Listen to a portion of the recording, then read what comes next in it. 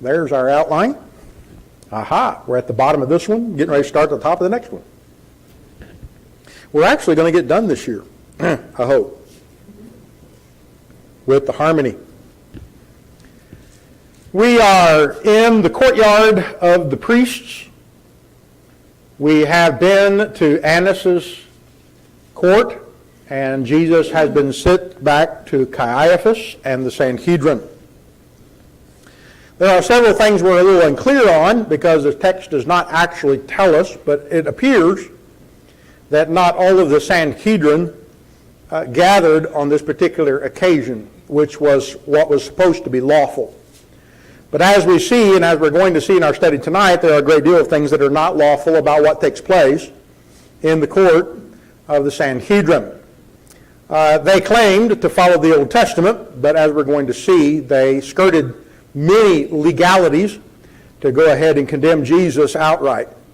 One of the things that seems to be the case is that if there were any, like Nicodemus, who might have objections, they were simply not invited. Because it appears that the complete Sanhedrin does the condemning on this particular occasion. There do seem to be a few friendly faces around. We have John record indicating that he is there. We have Peter out in the courtyard, and we're going to see him there a little bit later in our study, because that's where, of course, he does his denial. This little interim section here is what transpires before the Sanhedrin. Ended up being very short and sweet. There were several things, according to not only custom but law, that they were supposed to observe. Several things that they were actually not allowed to do, and several things that if they were going to do them, they needed to follow certain protocols, but they followed none of them. First off, of course, we're going to see that Jesus really does not in any way try even to defend himself, which, of course, is a part of the plan. He's not going to defend himself. He doesn't want to defend himself. Of course, they don't understand his peculiar way of approaching things. And as we're going to see tonight in our text that we're going to start with here in Matthew 26, they, of course, bring false witnesses, but the false witnesses must not have been paid very much because they didn't do a very good job. But we're going to see that the false witnesses, according to them, were really probably unnecessary because they're going to condemn him anyway, no matter whether they have witnesses or not. Probably just more for show than anything else. And maybe if somebody were to question it later, they would say, we had witnesses. So we're going to get right into our text in 26, beginning in 57. Then those who had seized Jesus led him to Caiaphas, the high priest, where the scribes and the elders had gathered. And Peter was following him at a distance as far as the courtyard of the high priest, and going inside, he sat with the guards to see the end. This area is fairly open, and as we're going to see, what transpires actually transpires in the open. We only know that it transpired in the open area there because a little bit later on, Jesus turned around and looks right at Peter. So it indicates where Peter was at was in visual viewpoint of where Jesus was at and John was at, as well as the court and the Sanhedrin. There is an area there that they could sit outside. A lot of times they would not convene inside simply because of the temperatures in the area. So they'd sit outside and do their court activity. You had various guards in the area, as well as priests and scribes and those others that might be needed in some form of court setting. If they had some biblical reason to ask one of the scribes for an answer, then they would be on hand to do that. Of course, none of that takes place in what we're about to see.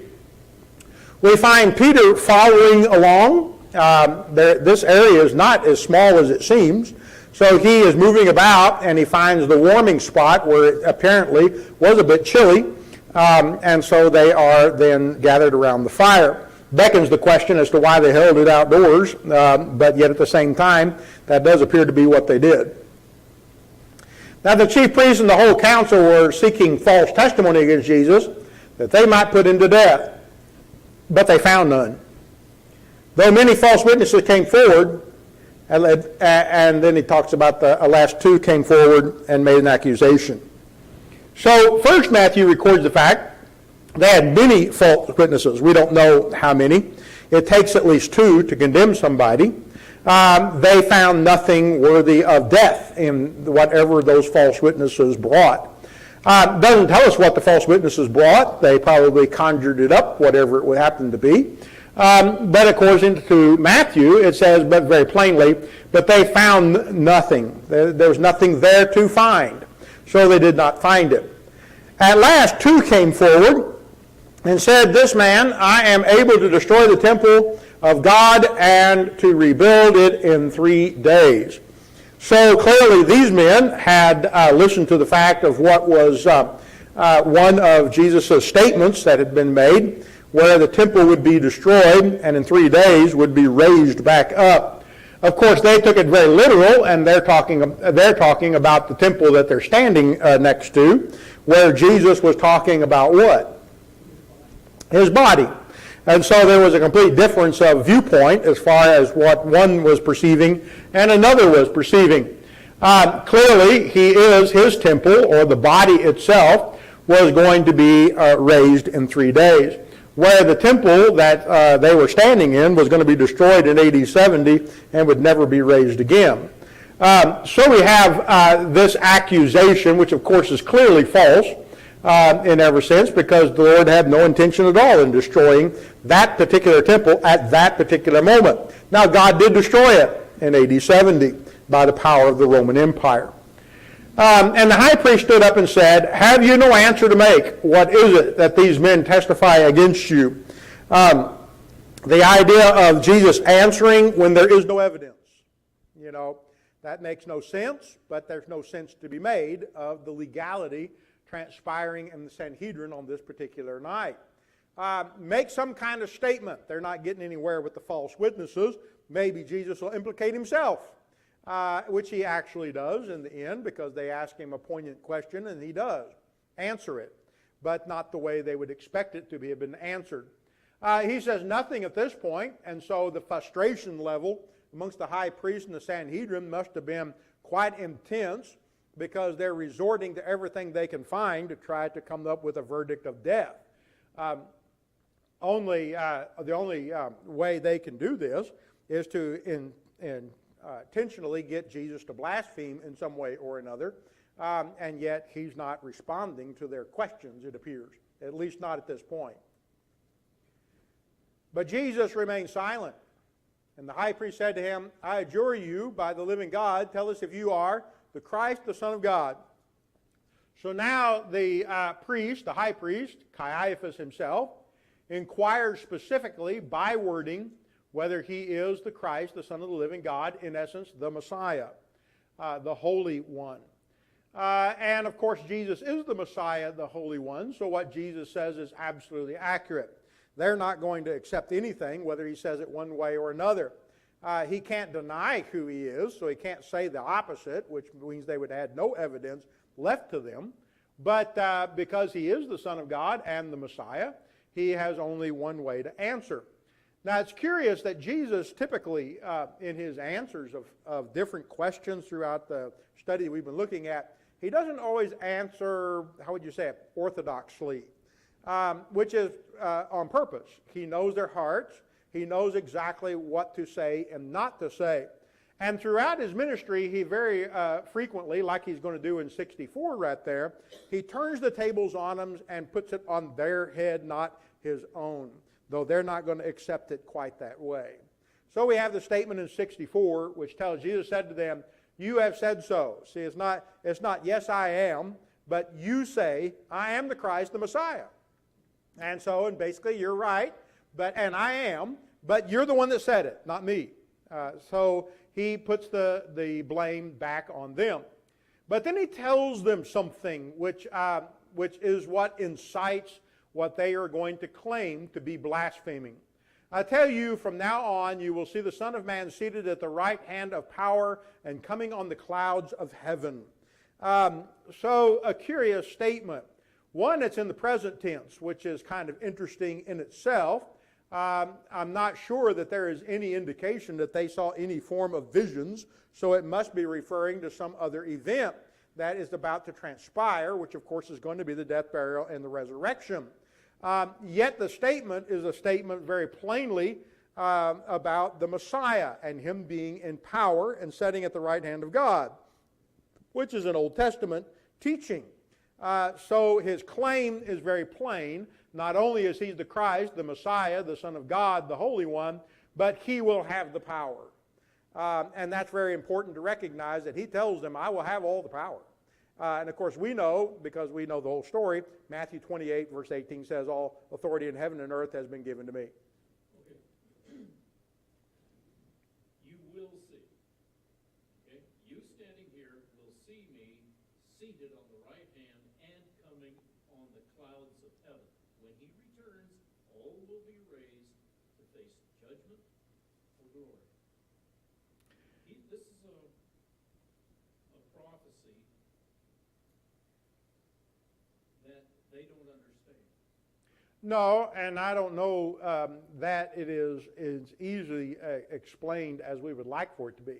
I've heard both sides of the idea. One is that this is a clear statement of his return, as you're stating, and I see nothing that would contradict that necessarily in the passage. It also appears that the power, though, is something that transpires at the death, burial, and resurrection, not at the end. He is all powerful the moment he raises from the dead. So the curiosity to me is it a reference to the end when he comes back? Is he only going to have power then? No, it's not saying that. Seated at the right hand of power. Who's the power? Yeah, well, it is God. It turns back to God. Yeah. He's talking about God there. He's on the right hand of God. And he will be coming the clouds of heaven. As why do you look up? Because he will return as you've seen.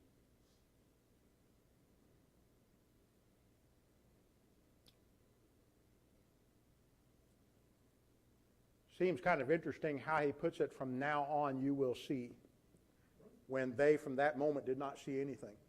No, they will see.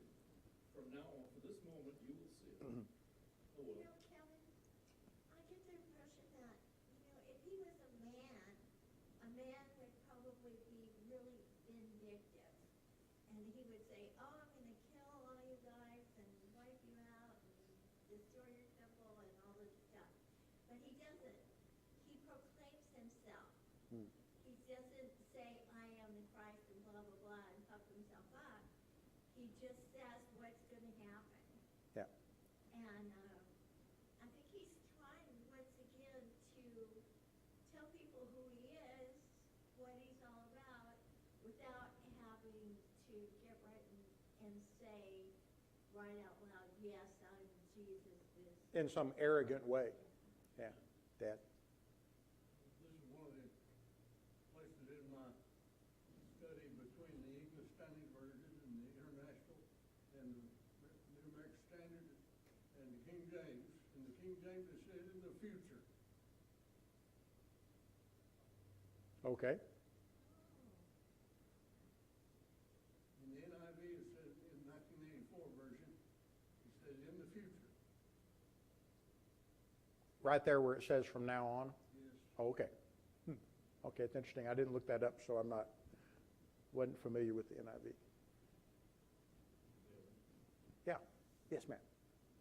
Well, one way to look at that is that for Jesus and God, everything is now. Yeah.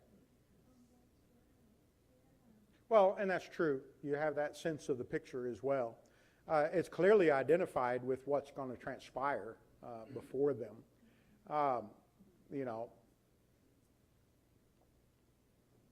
Interesting statement. So the high priest tears his robes and said he has uttered blasphemy.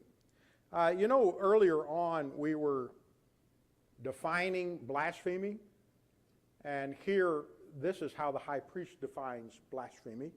If you're claiming to be God but you are not God, or you claim to be the Messiah and you are not what you claim to be, that is blasphemy. So they utter the fact that they, of course, do not agree with him being the Messiah, and so he tears his robes and utters he utters blasphemy. What further witnesses do we need? Their attitude, of course, is that they don't need any. You have now heard his blaspheming. What is your judgment? They answered, he deserves death. One translation says, what is your judgment? They answered in unison, indicating that there seemed to have been only those that were opposed to him present. If the others were present, then they literally did not say anything, from what it appears from the statement as well as the proclamation. Under Jewish law, they were now to wait 3 days and go through an intense process before that they would determine that he was deserving death. They skipped that little part of it altogether. And so they decided immediately on a verdict. They were literally supposed to go and review the scriptures, was the way the Torah puts it. But they didn't go and review anything. They were not interested in truth. They were interested in simply condemnation. So they used the Old Testament idea of blasphemy to accuse him and then, of course, to sentence him to death. Now, they were not legally allowed to kill anybody. They might have killed him if Annas had still been high priest. But Annas got himself in big trouble for killing somebody, and so they were under great scrutiny at this particular point. So the only choice they have, really, is to take it now to the governor, because they do not have the legal right. In fact, when the Roman Empire, apparently anyway, when the Roman Empire removed Annas and put Caiaphas in his place for a year, it appears anyway that they threatened the Jewish people pretty substantially with what would transpire if they continued their way of killing people. It also then helps us understand why he wasn't stoned, which would have been the preferred way of the Jews, over and opposed the Roman way of crucifixion, which of course is what is prophesied. Of course, he never once blasphemed anything because Nope. he didn't. Well, He didn't do what. it would be blasphemy if he wasn't the Messiah, Right. but he is. But he didn't say that. Yep. And of course, we said before. But They ignored it all. he's being blamed for something he didn't say. Yep. That they said. He's been blamed for what they said. The other thing is, probably why they were doing this out in the courtyard was simply because they knew the lies that were going to be told and didn't want to profane the inner temple grounds. And that's probably why they had it outside. May have been. There's no actual knowledge. They did other things outside frequently, so it was not unusual that they did that. Then they spit in his face and struck him, and some slapped him, saying, "Prophesy to us, you Christ. Who is it that struck you?" It's not told us here, but one of the things that is told us by Luke later on is that they blindfolded him while they struck him. So he couldn't see who was striking them. So he also couldn't testify who was striking him. We'll see that whenever we read Luke's account a little bit later on in our account, that they blindfolded him so he could not see who struck him. So they can say, "Who struck you?" Nobody, he doesn't see anything because he's blindfolded. Prophesy to us, you Christ, in this idea. So they acknowledge not the fact that he is the Messiah, but that he is some kind of a soothsayer in their way of thinking and deserving of death in this picture. The first, of course, this is not the first slap. The first slap took place under Annas. Now the rest of them join in on the slapping and the spitting, which was very customary for them as Jews anyway when they condemned somebody, as well as the ripping of the robes. Mark's account is very similar in nature. It does have a few interesting little thoughts that are included by Mark that are not included by Matthew, and vice versa. There's some things that Matthew included that Mark doesn't. So let's go through Mark's and see what little things we can pick up on that might have a bearing on what we're looking at. And they led Jesus to the high priest, and all the chief priests and the elders and the scribes came together. And Peter had followed him at a distance right into the courtyard of the high priest, and he was sitting with the guards and warming himself at the fire. Now the chief priests and the whole council were seeking testimony against Jesus to put him to death, but they found none. For many bore false witness against him, but their testimony did not agree. That's why I said they must have been paid poorly, because they didn't even have time to sit down and agree with one another on what they were going to present. So what they had didn't agree. And some stood up and bore false witness against him, saying, "We heard him say, I will destroy this temple that is made with hands, and in 3 days I will build another not made with hands." Now, they don't get the quotation right either, according to Mark's account of it, so there may have been more said about it in the Sanhedrin. But again, the quotation is not correct. They again think they're talking about a temple, but they do. Mark records for us the fact that he talked about a temple that's not made with hands. Yet even about this, their testimony did not agree, so they couldn't remember exactly what he said. They didn't take very good records of it, and they couldn't remember exactly what he said about it. But this was good enough for what they were needing to try to accuse him. And the high priest stood up in the midst and asked Jesus, "Have you no answer to make? What is it that these men testify against you?" But he remained silent and made no answer. Again, the high priest asked him, "Are you the Christ, the Son of the Blessed?" Some translations say the Son of the one that is holy. So, of course, this designation specifically of the Messiah that they are presenting. And Jesus said, I am, and you will see the Son of Man seated at the right hand of power and coming with the clouds of heaven. This statement of Jesus using the word I am clearly identifies him with God. And it appears in this passage that it's used exactly that way. Instead of actually acknowledging them like Mark says he said, "You say so," he simply says, "I am." And that was the end of his statement pertaining what they said. Again, we have this idea that you will see the Son of Man seated at the right hand of power and coming with the clouds of heaven. And the high priest tore his garments and said, "What further witnesses do we need?" So they again proceed to condemn him of blasphemy. "You have heard his blasphemy. What is your decision?" And they all condemned him as deserving death. Here we have Mark telling us that all of them did. That's why there seems to be a little bit of indication that anyone that might have been an objection wasn't invited. That they were either set out or they were simply not invited to this particular gathering. And some began to spit on him and to cover his face and to strike him, saying to him, "Prophesy." And the guards received him with blows. So we have again the striking, the spitting, and now we have the guards added into the picture, that they struck him with blows. Luke's account is short and sweet.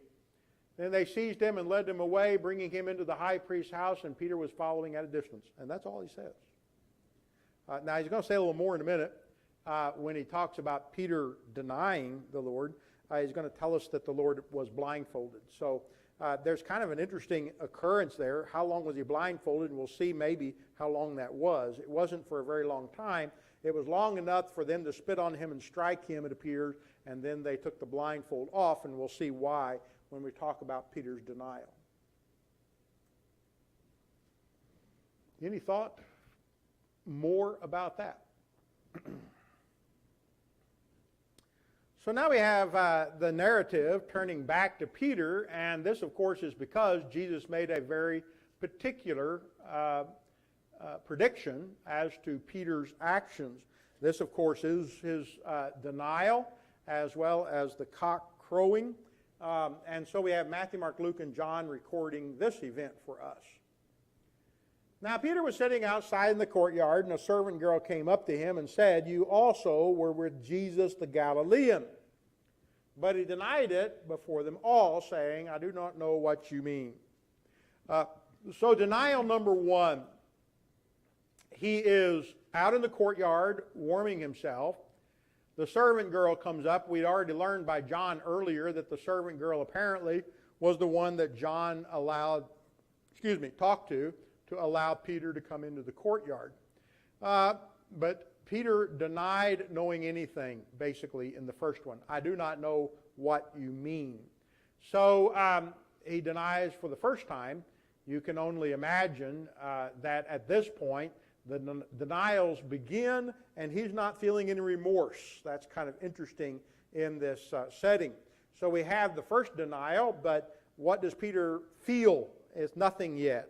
I find it ironic that even though he's already been told that he's going to deny him 3 times and the cock's going to crow, that he doesn't have a very good memory. Because right now, it doesn't dawn on him. Nothing happens yet. In a minute, it's going to actually say, it dawns on him. You see, all of a sudden, it comes back to him. Oh, and if he'd have been paying attention, he would have known this. Lee? Did he say that because he was afraid that he'd be identified and maybe beaten up? Well, one of the accounts in a minute when we read it is going to indicate that some of them knew the young man that Peter cut his ear off. It's going to be stated in one of the accounts. So there, and that is a legality, that he could have been arrested for that purpose. So we're talking about fear, mostly, I would think. Not to mention the fact that in the courtyard, apparently anyway, he was able to hear what was transpiring about Jesus. So you have that on board as well, that he's actually witnessing and hearing the actual events as they're unfolding. So we can only imagine the fear that would begin developing when you see the high priest rip his clothes, pronounce judgment and death upon Christ in that type of a setting, because that's a very dramatic thing. In fact, from Josephus tells us a little bit about the priests. They didn't actually rip their golden robes. They had somebody bring out another one and he ripped it. He wouldn't want to rip his own. So he put on this other thing, you see, then stand before everybody and rip it, because he wouldn't want to rip his good clothes. So it was a show. It was a big show, and it was a very common show for them. They liked that whoever was there, even if there wasn't a great crowd, the scribes, the Pharisees, the Sadducees, the high priest, and all the priestly people, and all the servants, and everybody else is in the courtyard, and we make this, we are going to, and so here we go. Now you've got Peter, he's all by himself. And so when you're all by yourself, guess what occurs? You know, you have this happening. Now, of course, Jesus predicts this, which is interesting. So Jesus knew the future, if you will, in a real personal sense for Peter. And I guess you could say, because it is sin, and we recognize that even though Jesus prayed for Peter, that because Satan wanted to sift him like wheat, that still Peter gave into this problem, this seriousness of it, and the fear of it all and what's transpiring around him. And from our, we can get pretty hard on Peter, but at the same time, I would say anybody put in this kind of position would probably act very similarly. Well, I would have expected him to do a miracle. They would do what? Do a miracle and get himself out of it. Yeah, well, Peter can't do that, so anyway. No, I meant Peter waiting for Christ to do something. Yeah, well, and who knows what Peter actually expected. There is still the indication that they didn't quite grasp all the ramifications till later on. Because even in Acts chapter 1, the question is still the same. Are you going to restore the kingdom to Israel now? And they're not completely there yet with their understanding of how the kingdom is going to be a spiritual thing, and it's going to be the church, which Peter himself is going to issue in on the day of Pentecost. So it's going to take the Spirit coming in the way it did and so on before they finally get on board fully, or able to, if you will. At this time, it's really a little difficult to understand what Peter might have expected. He's seen the power. He knows it's available. And yet, at the same time, he witnesses himself that Jesus doesn't defend himself in that. So it's all kind of part of the narrative. Number 2, and when he went out to the entrance, notice Peter moves. Okay? Interestingly, he's caught here, so he gets up and moves. Again, I think that illustrates the fear that we're talking about. So when he went out to the entrance, another servant girl saw him and said to the bystanders, "This man was with Jesus of Nazareth." And again, he denied it with an oath, "I do not know the man." Now here we have the second one escalates. When you start denying or you lie, basically, what has to happen with the second lie? It has to get more intense. In this one, it actually tells us, Matthew tells us plainly, that he did it with an oath. Now, usually in Judaism, anyway, at this time, they would pledge an oath, like an oath to the temple, or an oath to the court, or an oath to something. They could do it to God, even if they felt they were that dramatic in their thing. But we don't know which oath he used, or whether he actually said anything like that. But it was with an oath, which means he put his reputation on the line with what he says. I do not know the man. Trying to placate to the second servant girl. After a little while, the bystanders came up and said to Peter, "Certainly you too are one of them, for your accent betrays you." Then he began to invoke a curse on himself and to swear, "I do not know the man." Again, we have in each case an escalation. This one is even more intense than the oath. I invoke a curse on myself. How interesting, because people don't know it, but a lot of times today, in the cursing that they do, they are bringing an oath upon themselves. How sad it is in our society that things like, "oh my God," are used so loosely that they're bringing an oath upon themselves with their cursing. Notice Peter, very similarly, he brings an oath upon himself. And immediately the rooster crows. And immediately Peter remembers. So he comes to his senses. Too late, but he comes to his senses. And Peter remembered the saying of Jesus, "Before the rooster crows, you will deny me 3 times." And he went out, wept bitterly. So now he remembers, and he leaves the courtyard. He does not witness anything else until the actual crucifixion, it appears, if he witnessed that. And he goes out and weeps bitterly. Showing the remorse is a vibrant part of this particular verse. He recognizes Jesus foretold it again. Maybe he was thinking of that even more intently. We can only imagine the emotions that were going through Peter. I think this is written by Matthew, as is Mark and Luke's, in such a way to invoke even in us an emotional response of some kind. The recognition of how severe his cursing was. Deb.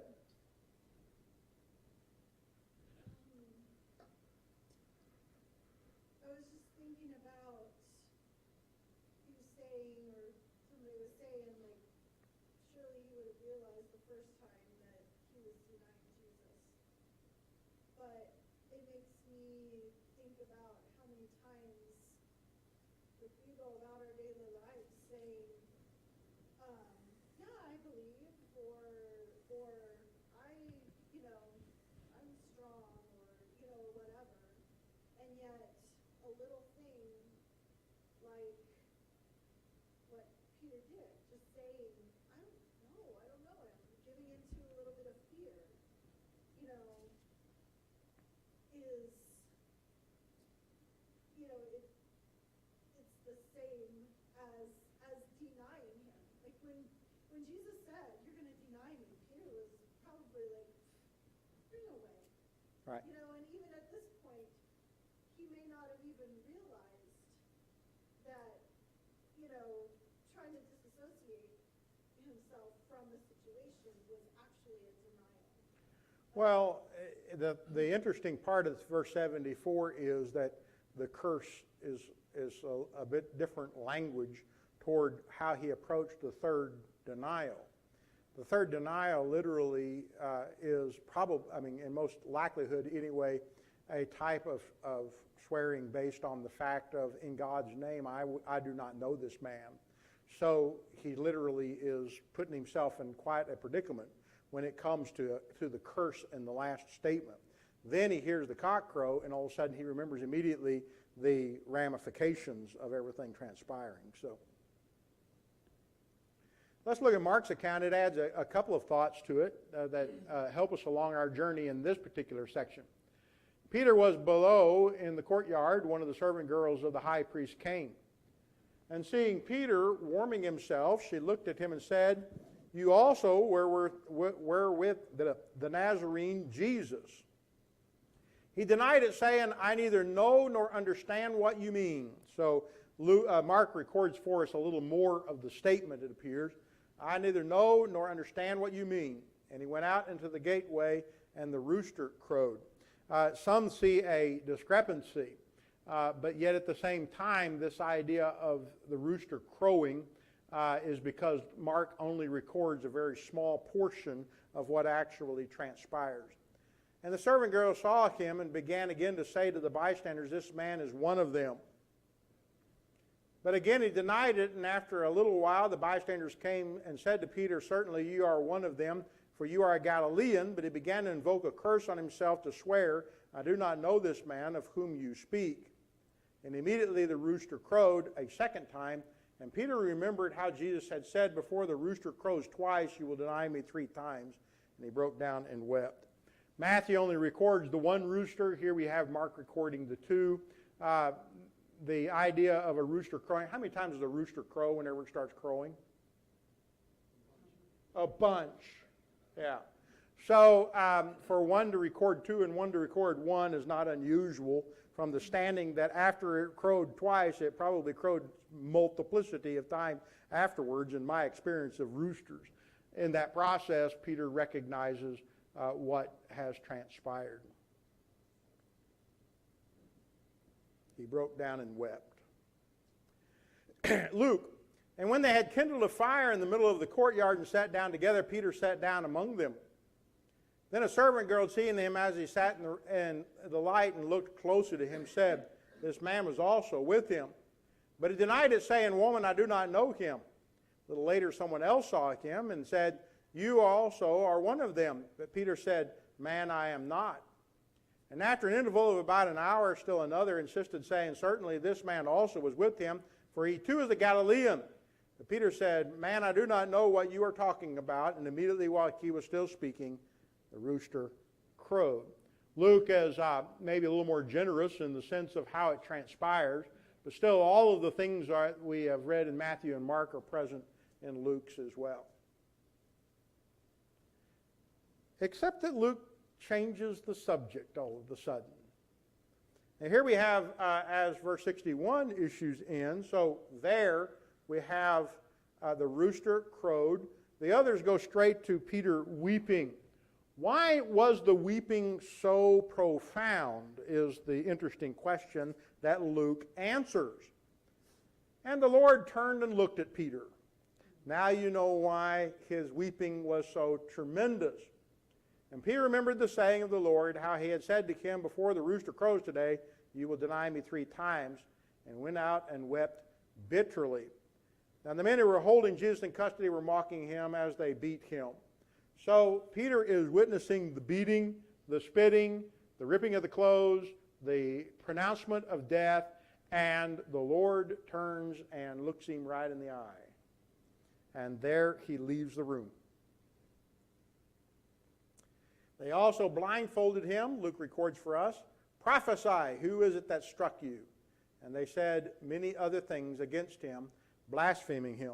One of the commentators, I said, the reason why they said prophesy was they blindfolded him and they wanted him to tell them who they were as they struck him.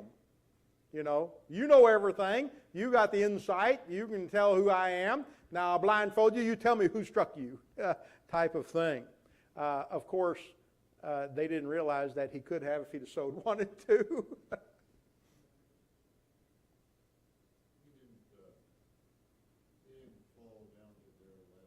No, he didn't allow himself to be mocked on any of his own terms. Yeah. No, yes, ma'am. Well, that 65, it says they blasphemed against him. That's what I was thinking earlier, so they were blaspheming. Yeah, they think he's blaspheming, and yes, it's actually the opposite. Very much so. They are claiming, his claim is, of course, accurate and correct. He is the Messiah, the Christ, the Son of the living God. So the pronouncement of blaspheming actually falls upon them. Later on, not later on, but on a few occasions, Jesus has levied curses upon the Pharisees and the Sadducees. And it was because of blasphemy in each case. And here is just one more. Why is Jerusalem going to go vacant? Why is Jerusalem going to be destroyed? What is the prophecy of Matthew 24 and other places coming upon them? Because they deny the Messiah. They blasphemed him. Goes back to when we studied the idea of blaspheming, the whole idea, of course, boils around the idea that we refuse to repent of our sin, and they refuse to acknowledge him. So they're refusing to repent, if you will, from their viewpoint of who he is.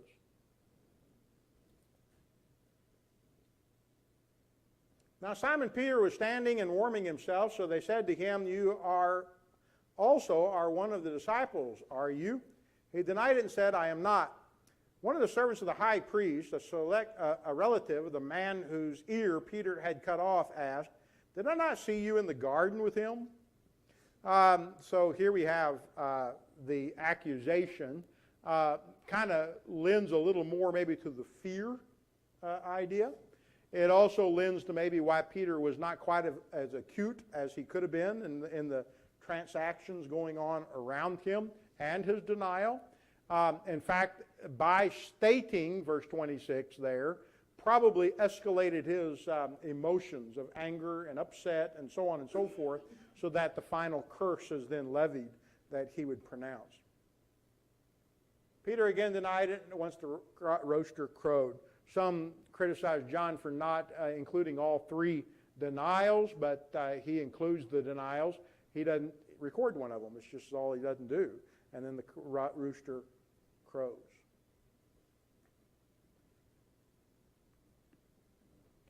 So that's as far as I'm going tonight, but there is a question that kind of lingers, which is found in the latter part of these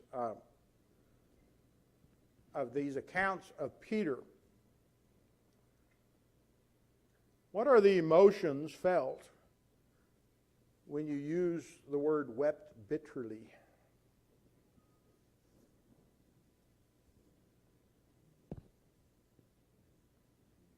What are the emotions felt? Probably one of them would be fear. Okay, there's a measure of fear involved in bitter weeping. It's interesting to me that the narratives, one of the ways they're written, is to invoke an emotional response to it in some way, or the language would not be the way it is portrayed. We actually get to stand in the courtyard with Peter and hear his denial. And so there is a connection, if you will, between the events of Peter and the events of sinners in general. Because he gives us a prime example of sin and it being against Christ. So we got this weep bitterly. Al? Judas weep bitterly, too. It's kind of the same thing, but he went further and killed himself. Well, and it does say he wept bitterly, but what would be the difference is an interesting question. Because one is, well, of course, they're different people, but one weep bitterly. I think Judas had just as much remorse. The indication is that he did. But the result is different. Yeah. And so what does that kind of suggest about Peter in a sense? You know, it's interesting when you deal with the idea of even our own sin and we come to the Lord for forgiveness. And I don't know that we would say we wept bitterly, but maybe we did toward what we had done when we became a Christian. Now, maybe we didn't weep bitterly in that sense, but still, people react in different ways. There are a lot of people that are remorseful for what they have done, but they do nothing about it. You see, there are others that are remorseful for what they have done, and they just kill themselves. That's our world. Then there's like Peter with remorse, but then he was able. But then there's the repentant one. And we as Christians can repent and do what's right. You see. So there are, and I would say that some people are just as remorseful as I am about sin, but they don't choose to do anything about it. They choose to wallow in it, and it may cause even death because of instead of coming to the Lord. Jeannie. Well, weeping bitterly is different than just weeping a little bit. Yeah. And when something touches your heart like that must have done, it just tears you inside out. Yeah. And you know that he had stooped so low.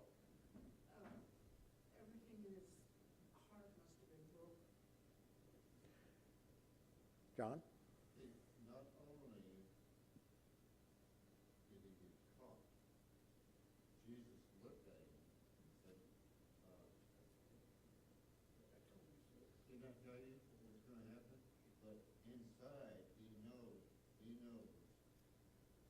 how terrible a thing he did. And one of the reasons was just the day before, or maybe earlier that morning, he says, I will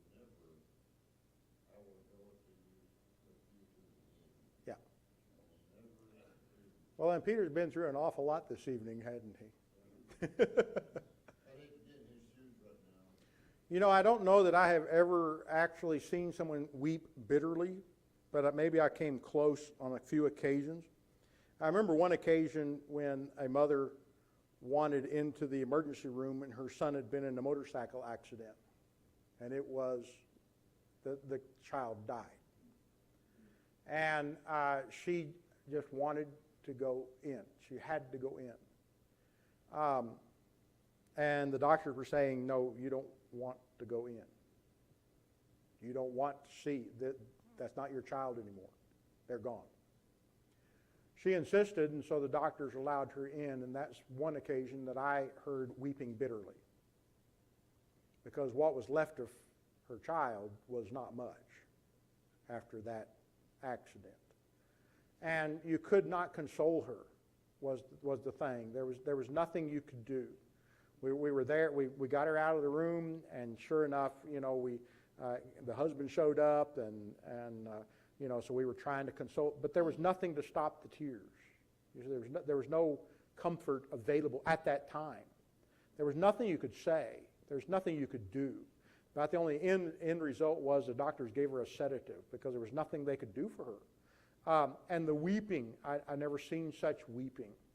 I've seen similar things in the burn sections where children were burned severely, and you have weeping on the children's behalf because of the pain and anguish they're in from the burns. There's nothing like visiting a burn unit and seeing that in some way when you have to do that, because it impresses your mind constantly with how fragile we really are in that sense. And weeping bitterly, to see a child weep bitterly because of the pain, and really there's no medication to take it away. They could numb it a little, but they couldn't really take it away, and then they tried to soothe it with all kinds of means, but the weeping bitterly. So I get the impression from what little bit of insight that I have is it's almost uncontrollable. You see, it gets to the point where you can't stop yourself. And we've known, I think, people like that who've lost loved ones, especially in situations like that, where they weep for no reason. It just comes, even years later, and all of a sudden it's there, and you just something happens, you see something, you smell something, you do something, and it just comes back, and your emotions take over for a moment or two, and men are especially bad at this. Well, I should be able to handle this, type of thing, and you can't. For a little while, and it takes you a while to regroup yourself and get yourself back under control. I think and Peter gets himself under control after a while, but I have often wondered some of the questions I would like to have had answered, and of course there's no way to have them answered, but I'm thankful God gave us the ability to ask the questions. But some of the questions I'd like answered is, how long did he weep bitterly? A night? 2 nights? 3 nights? How long did he, before he could finally raise his head off his lap? How long did it take him? Because we know a little bit later on he shows back up with the other disciples. And then, of course, the Lord comes in the midst. And we have that record, which we'll be studying. So at some point, he gathers his faculties and he comes back. Instead of doing what Judas did, which is kill himself, he instead went back to the other disciples, and I'm not sure what all he was thinking. I'm going to speculate on that when we get to how much do you love me attitude of Jesus. But you still see quite an amazing ability of the man Peter to deal with those emotions, because they must have been terribly intense. Judas caused, in his mind, caused Jesus to die. Yep. Peter, he got I told you so. Yep. I mean, it wasn't, I think Judas probably felt way, way worse. Well, it may have. Obviously, he felt worse enough that he only felt like there was one way out. Yep. Yeah. John? One of those other questions might be, how about any other of his disciples that were there? You know, what were they doing? When they see Peter weeping like that, it's got to affect them some too, especially if they knew why. And they could, if they were around him, they knew why, because he was out there denying the Christ. Well, in the garden, right at the end, it says they scattered. So we don't know where the other apostles actually went, or the disciples, because there were also some ladies obviously present as well. We know at least two others that were there, Matthias and Barsabas, because they were to be chosen. Matthias was to be chosen as the 12th apostle later on. So there were others. The only one we know that was there inside was John. Is he the only one that saw him weep bitterly? Those are a lot of interesting questions that we simply don't have answers for. I would like to have known whether Peter, when he finally regrouped with the other disciples, did he tell him what they did? Did he confide that information, or did he hide it? And that's an interesting question. I don't know, because it says nothing. Obviously, when Jesus shows back up on the scene, there's no way to hide it, because here he is, alive, and now everything's different. But up to the point of the resurrection, when Peter actually realizes he's raised from the dead, there's a lot of questions that are simply not answered by Peter or anybody else, that are wondrous questions to kind of think about. But I guess it reflects also on the fact that when we, as people, recognize our sin and come to the Lord, each one of us go through our own process of weeping, I guess, in a sense. And maybe not all at once. Sometimes it takes a while for us to realize how sinful we were or are, and then what the Lord has accomplished for us. And I think sometimes, things like the Lord's Supper especially are supposed to bring to memory what he accomplished, but I think it also brings to memory what he accomplished for me, because I'm weeping bitterly and he heals. And he heals Peter too, which is quite amazing. In this scene, he was not able to do that for Judas.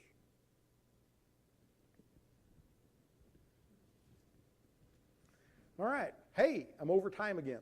Good. Perfect. Anything else we want to mention tonight?